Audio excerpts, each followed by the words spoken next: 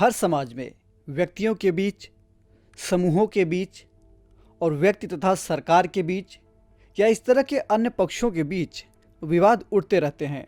सच्चे लोकतंत्र में इन सभी विवादों को कानून के शासन के सिद्धांत के आधार पर एक स्वतंत्र संस्था द्वारा हल किया जाता है। इसे हम अदालत या न्यायपालिका कहते हैं। अभी तक आप ये सोचकर चल रहे होंगे कि अदालतें जो फैसला सुनाती हैं उन्हें सबको मानना होता है, लेकिन क्या कभी आपने ये सोचा कि अगर कोई व्यक्ति या संस्था अदालत के फैसले को ना माने तो क्या होगा?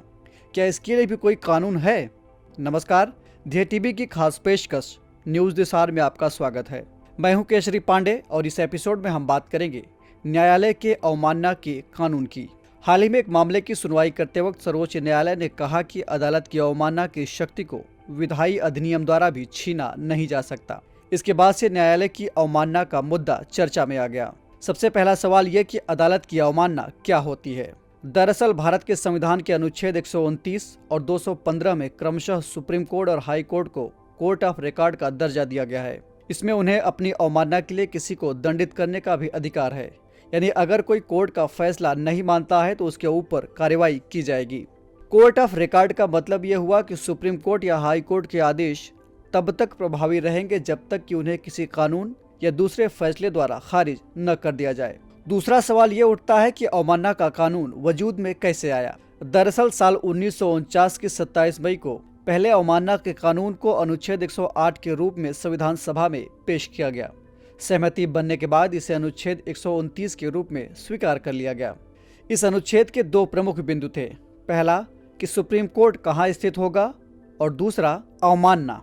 चर्चा के दौरान कुछ सदस्यों का तर्क था कि अवमानना का मामला अभिव्यक्ति की स्वतंत्रता के लिए रुकावट का काम करेगा। इन सदस्यों का कहना था कि ये मान लेना कि जज इस कानून का इस्तेमाल विवेक से करेंगे उचित नहीं होगा। जज भी इंसान हैं और गलती कर सकते हैं। हालांकि डॉक्टर अंबेडकर ने इसे जरूरी बताया था। बहरहाल सभा में इस पर आम सहमति बनी और अनुच्छेद 129 अस्तित्व में आ गया। इसी अनुच्छेद को क्रियान्वित करने के मकसद से न्यायालय की अवमानना अधिनियम 1971 लाया गया।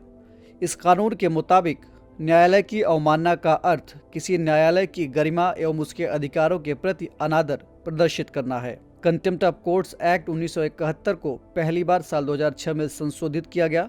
इस संशोधन में दो बिंदु जोड़े गए ताकि अगर किसी के खिलाफ अवमानना का मामला चलाया जा रहा हो तो सच्चाई और नीयत को भी ध्यान में रखा जाए। इस कानून में दो तरह के मामले आते हैं, फौजदारी और गैर फौजदारी, यानी सिविल और क्रिमिनल कंटेम्प्ट।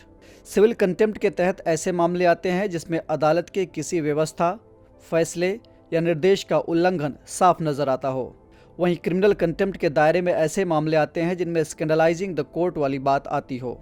स्कैंडलाइजिंग द कोर्ट का मतलब आम लोगों के बीच कोर्ट की छवि खराब करना है।